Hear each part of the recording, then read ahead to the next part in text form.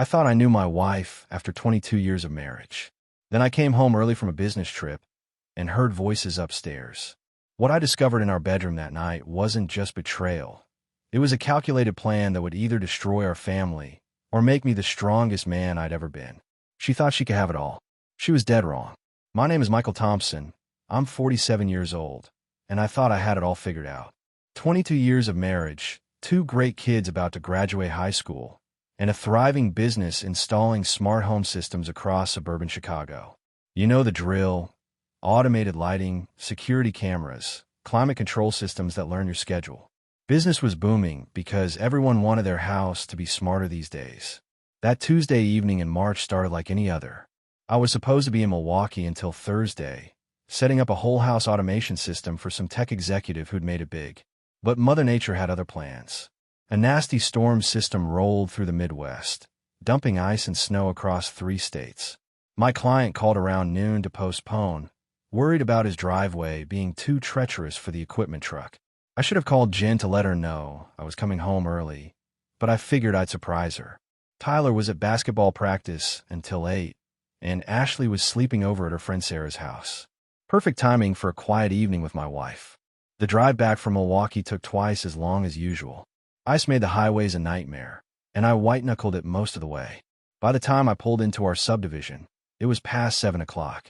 Our house sat on a quiet cul-de-sac, the kind of place where neighbors still waved to each other and kids played street hockey until dark. Something fell off the moment I stepped out of my truck. Jen's Honda was in the driveway, but there was another car parked across the street, a silver BMW I didn't recognize. Our neighbor, Mrs. Patterson, was notorious for hosting book club meetings, so I didn't think much of it first. I grabbed my overnight bag and headed for the front door, fishing for my keys. The house was dark, except for a faint glow coming from our bedroom window upstairs. Jen must have been reading or watching something on her tablet. The front door opened silently. One advantage of maintaining your own house is that squeaky hinges never stay squeaky for long. I set my bag down carefully and listened. Voices drifted down from upstairs, muffled but distinct. At first, I thought maybe Jen was on a phone call or video chat with her sister in Denver. But as I stood there in the entryway, something made me pause. The tone was wrong.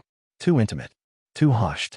I found myself creeping toward the staircase like a burglar in my own home, my heart beginning to pound for reasons I couldn't yet name. The stairs in our house had never seemed so long. Each step upward felt like walking through quicksand, my work boots suddenly weighing 1,000 pounds. The voices became clearer as I climbed. Jennifer's laugh, unmistakable and musical, mixed with a deeper voice I didn't recognize. I reached the landing and paused, my hand gripping the banister, so tight my knuckles went white. The bedroom door was slightly ajar, warm light spilling into the hallway. My rational mind tried to come up with innocent explanations. Maybe Jen was video chatting with someone from the community center about their upcoming fundraiser. Maybe she was watching a movie. But my gut knew better. I pulled out my phone and hit record, some instinct telling me I might need proof of whatever I was about to discover. My hands shook as I stepped closer to the door. "This is risky, you know." Jennifer's voice drifted through the gap, clearer now. "Mike could have been home tonight if the weather hadn't delayed his trip." A man's voice responded, confident and amused. "But he's not here, is he? You said he won't be back until Thursday. Besides, you'll just go back to playing the perfect wife tomorrow, won't you?" Jennifer laughed. That same laugh I'd fallen in love with 22 years ago, now turned into a knife twisting in my chest. I hate lying to him, Ryan. I really do. But this, what we have, I can't give it up. Ryan. The name hit me like a physical blow. Ryan Mitchell, the new fitness instructor at the community center where Jen had been spending so much time lately. The guy she'd mentioned in passing, always in glowing terms about his dedication to helping people get healthy.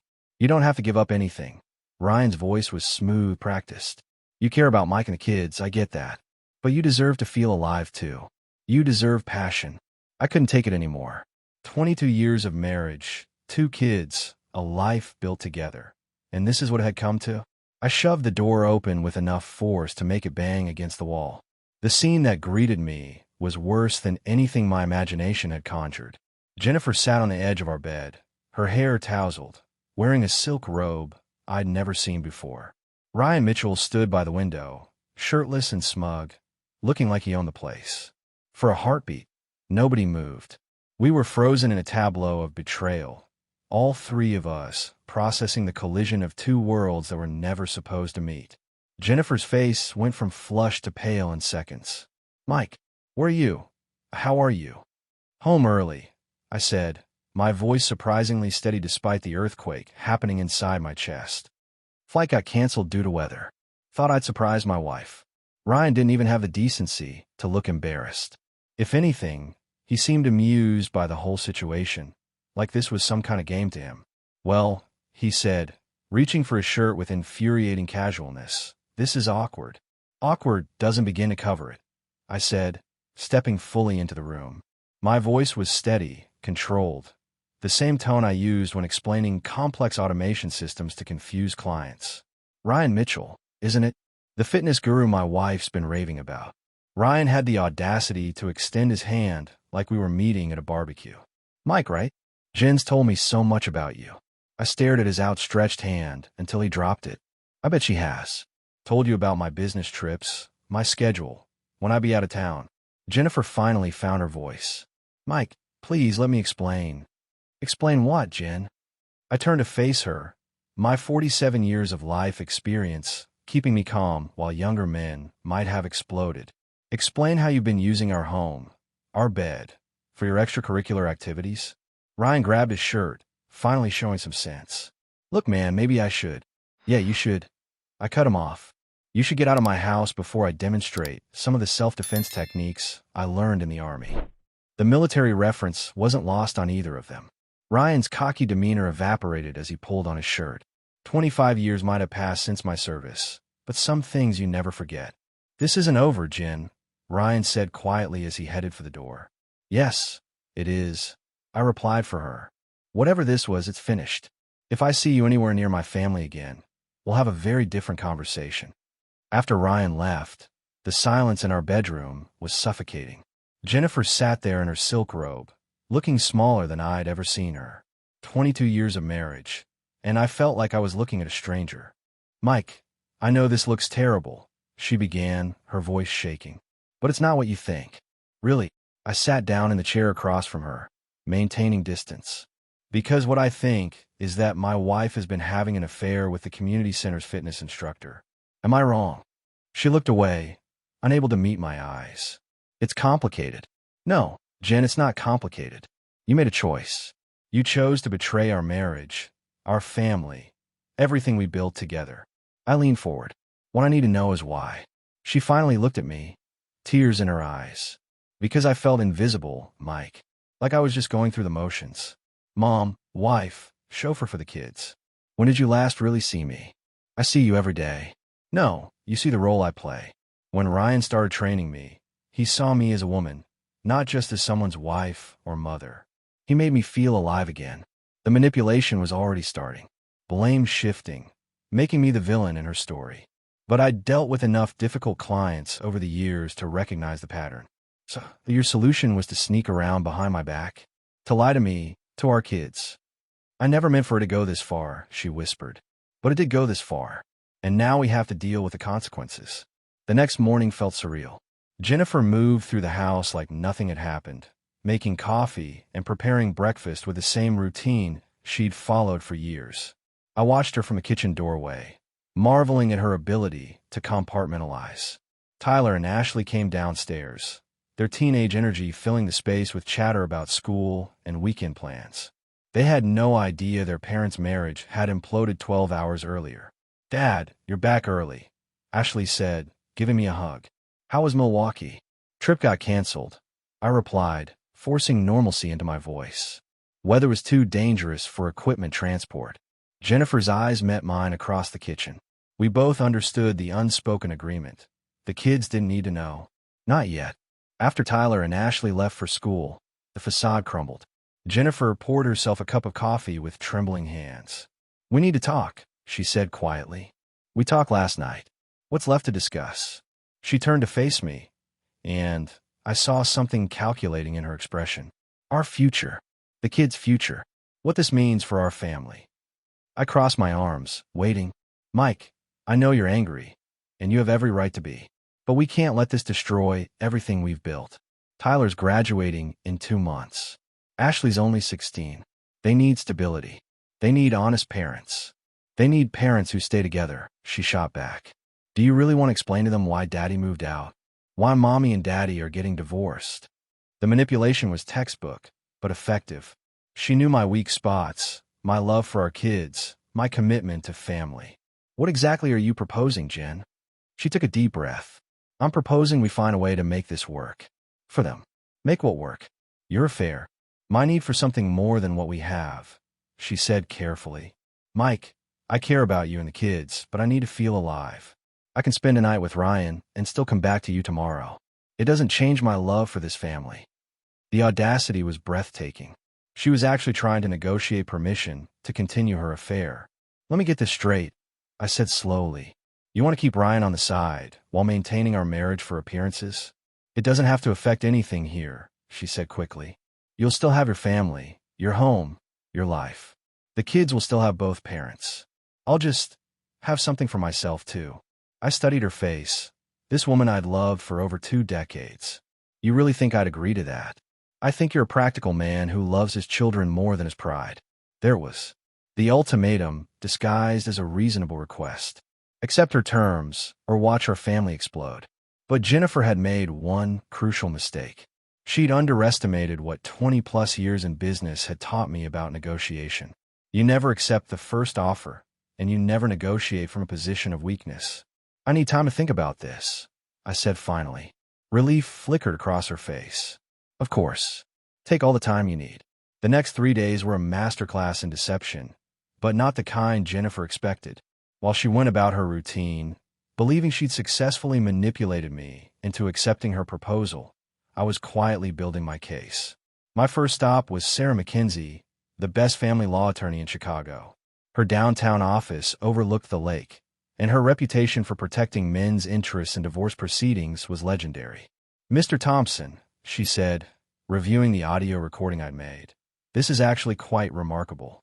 Most men in your situation don't have this kind of evidence. 20-plus years in the automation business teaches you to document everything, I replied. What are my options? Sarah leaned back in her leather chair. With this recording and the affair clearly established, you're in an excellent position. Illinois is a no-fault state, but adultery still factors into property division and custody arrangements. What about the kids? Tyler's 17, Ashley's 16. At their ages, the court will consider their preferences heavily, and given that you can prove their mother brought her lover into the family home. She smiled grimly. Let's just say judges don't look favorably on that kind of judgment. That afternoon, I met with my business accountant to review our assets. 22 years of marriage had accumulated substantial wealth. The house was worth $850,000. My business was valued at $1.2 million, plus retirement accounts, investments, and savings. The smart home business has been very good to you, Tom noted, scrolling through spreadsheets. Even in a worst-case divorce scenario, you'd retain the majority of business assets since you built it before the marriage really took off. But the most important meeting was with my kids themselves. Not to reveal the truth, not yet, but to gauge where they stood. Dad, are you and Mom okay? Ashley asked over dinner Thursday night. You guys seem different lately. Jennifer shot me a warning look across the table. Just working through some things, sweetheart, I said carefully. Nothing for you to worry about. Tyler, sharper than his sister, wasn't buying it. If you guys are having problems, you should know we're not little kids anymore. We can handle whatever's going on. Your father's right, Jennifer interjected quickly. Everything's fine. But later that night, Tyler cornered me in the garage where I was organizing tools. Dad, I know something's up. Mom's been acting weird for months. She's always on her phone, always going to the community center. And now you're walking around like someone died. I looked at my son, 17 years old, heading to Northwestern in the fall, already showing the analytical mind that would serve him well in engineering. Tyler, if something were happening with your mom and me, where would you want to live? He didn't hesitate. With you. Ashley would too. Mom's been, I don't know, different. You're the one who's been consistent. That night, I sat in my home office, surrounded by 22 years of memories, and made my decision. Jennifer thought she was playing chess while I was playing checkers. She was about to discover how wrong she was. Friday morning, I walked into the kitchen where Jennifer was making coffee. "I've made my decision," I said. Her face lit up with relief. "Mike, I knew you'd see reason. This is going to work out perfectly for everyone." "Oh, it's going to work out perfectly," I agreed. "Just not the way you think." Jennifer's smile faltered as she processed my tone. "What do you mean?" I poured myself a cup of coffee, taking my time. 22 years of marriage had taught me the value of controlled delivery, especially when the stakes were this high. I've spent the last week consulting with lawyers, accountants, and private investigators. I know about Ryan's criminal record. Did you know he was arrested for domestic violence 3 years ago? I know about the text messages you deleted. I know about the hotel visits when you told me you were shopping with your sister. The color drained from her face. "You've been spying on me." "I've been protecting my family," I corrected. "Something you should have considered before bringing your boyfriend into our home." She sat down heavily at the kitchen table. "Mike, whatever you think you know, I know enough." I pulled out a folder and set it in front of her. Preliminary divorce papers. Sarah McKenzie, the attorney who helped Tom Walsh take his cheating wife to the cleaners last year, drafted them personally. Jennifer's hand shook as she opened the folder. "You can't be serious." "Dead serious. Here's what's going to happen. You're going to end things with Ryan permanently.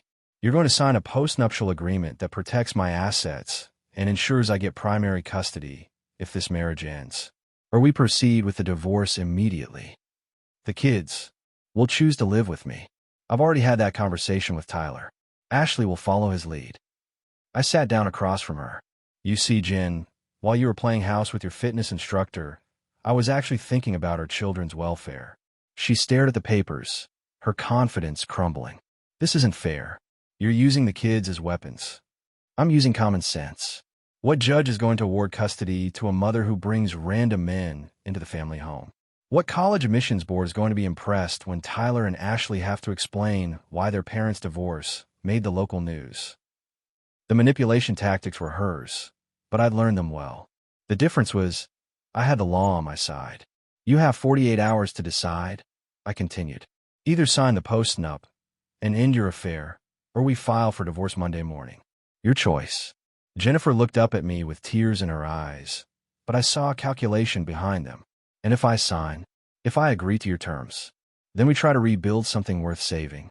But make no mistake, one more betrayal, one more lie, and those divorce papers get filed immediately." She was quiet for a long moment, scanning the legal documents that outlined exactly how much she stood to lose. "You've really thought this through," she said finally. "I've had time to think while you were busy with Ryan." I stood up. 48 hours, Jen. Choose wisely." As I walked away, I heard her whisper, "What happened to us?" I paused at the doorway. "You decided our marriage wasn't enough. Now you get to decide if it's worth saving." The ball was in her court, but the game board had changed completely. Friday morning arrived with the weight of an ultimatum.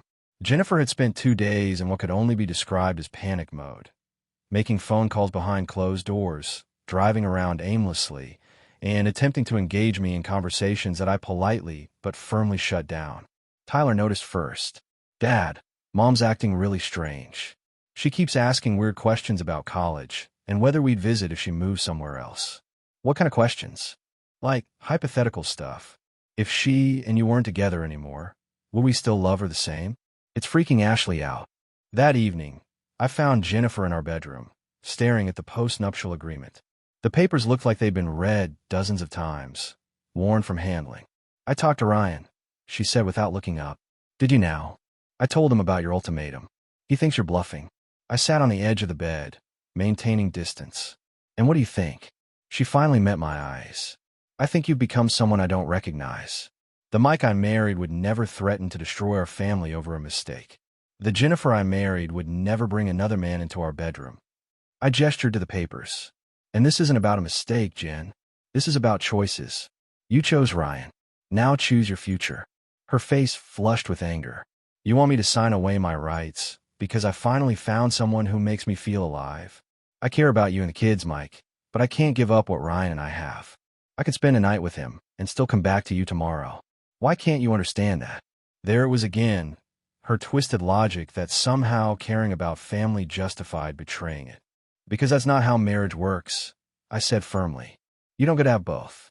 You made your choice when you started this affair. She stood up, pacing. Ryan says if I sign this, you'll just use it to control me. He says men like you always. Men like me. I interrupted. You mean men who work to provide for their families? Men who stay faithful to their wives? Men who don't abandon their responsibilities for the first person who makes them feel special? That's not fair. Fair. I laughed. Jennifer, nothing about this situation is fair. But it's reality. You have 4 hours left to decide. She grabbed the papers, her hands shaking. And if I don't sign, then Monday morning, Sarah McKenzie files divorce papers that will make your life very complicated. Ryan can deal with the publicity when the local news picks up the story about the community center scandal.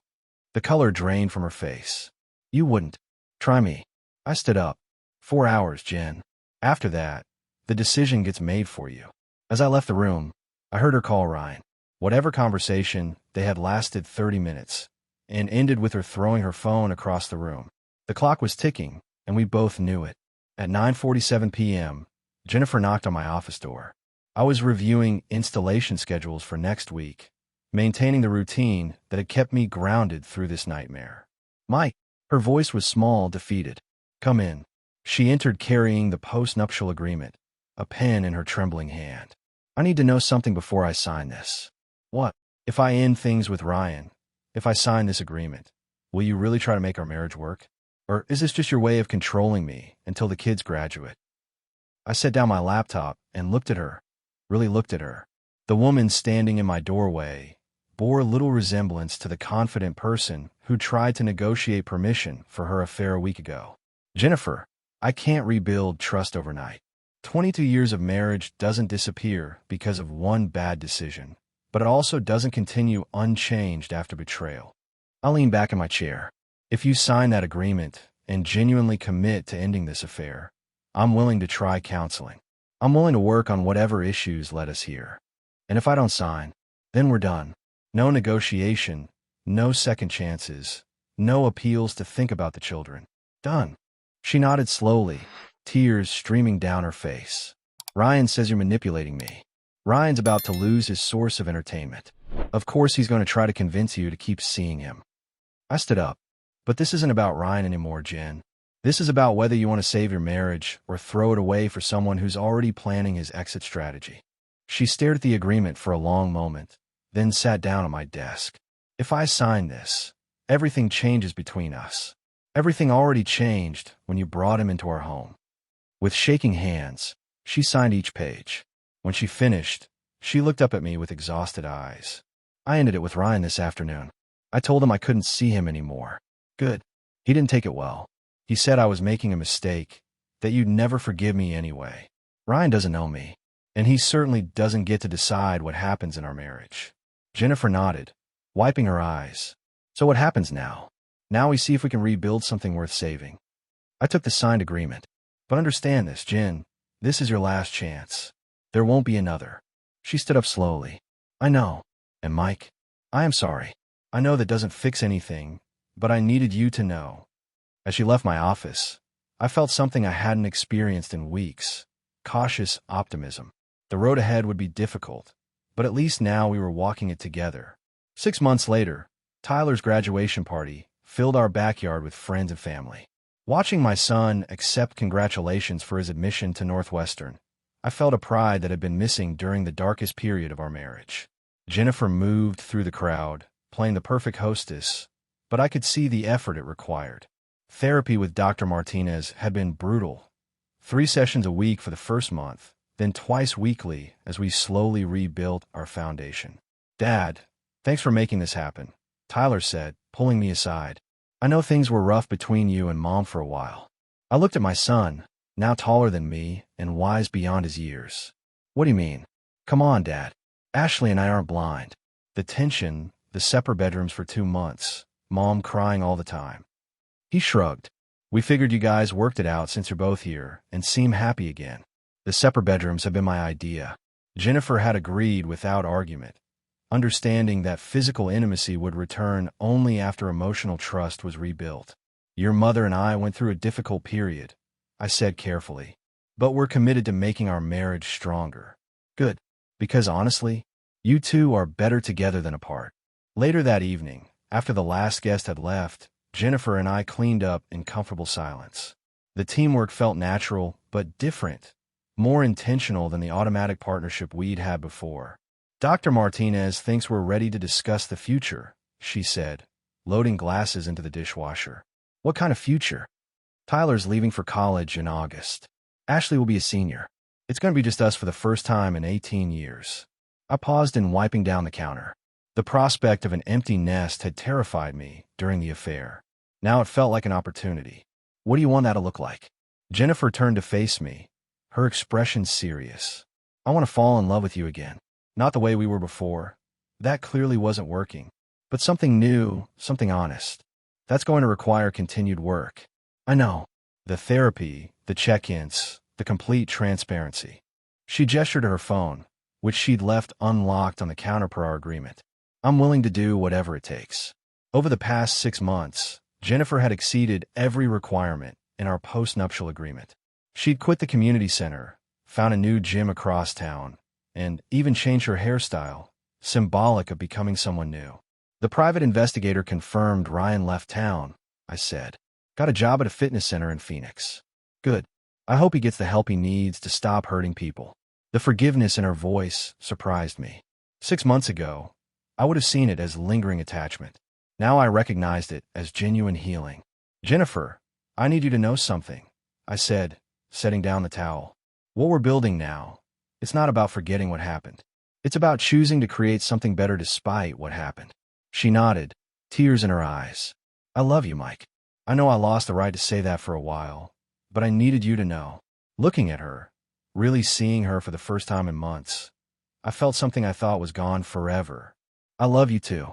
1 year after discovering Jennifer's affair, I stood in our kitchen on a Saturday morning, watching her make pancakes for Ashley's friends who'd slept over. The scene was domestic and peaceful, everything I'd fought to preserve. But this wasn't the same marriage we'd had before.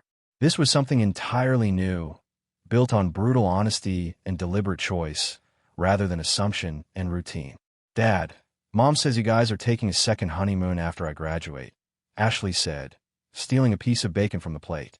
We're thinking about it, I replied, glancing at Jennifer. Maybe Europe. Your mom's always wanted to see Italy. The trip had been Dr. Martinez's suggestion, a symbol of our commitment to the future rather than just survival of the past.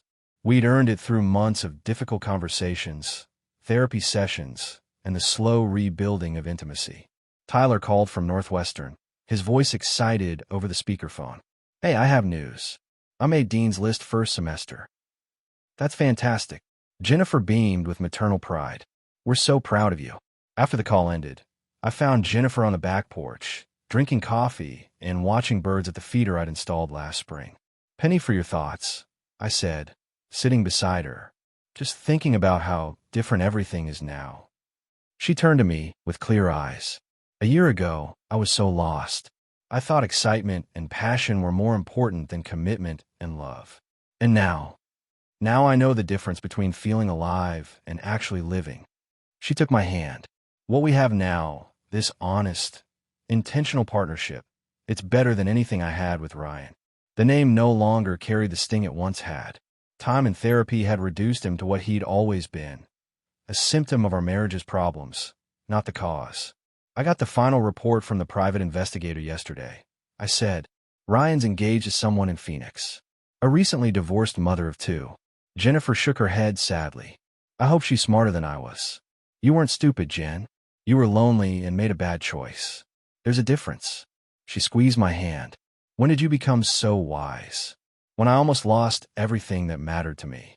That afternoon, we attended Ashley's spring concert. Sitting in the auditorium, watching our daughter play violin, I felt the weight of what we'd almost thrown away. Our family had survived betrayal, ultimatums, and the complete reconstruction of trust. Jennifer leaned over during Ashley's solo. Thank you for fighting for us, she whispered. Thank you for deciding we were worth fighting for. As Ashley's music filled the auditorium, I realized that our story wasn't about betrayal and forgiveness. It was about the choice to build something better from the ruins of what came before. The marriage we'd rebuilt wasn't perfect, but it was real. It was honest. and it was ours. Some relationships don't survive affairs. But the ones that do, if both partners are truly committed to change, can become stronger than they ever were before. Jennifer and I had learned that love isn't just a feeling. It's a choice you make every day. And we were choosing each other one day at a time. The automation systems I installed for clients were designed to make life easier, more efficient. But the most important system I'd ever built was the one Jennifer and I created together.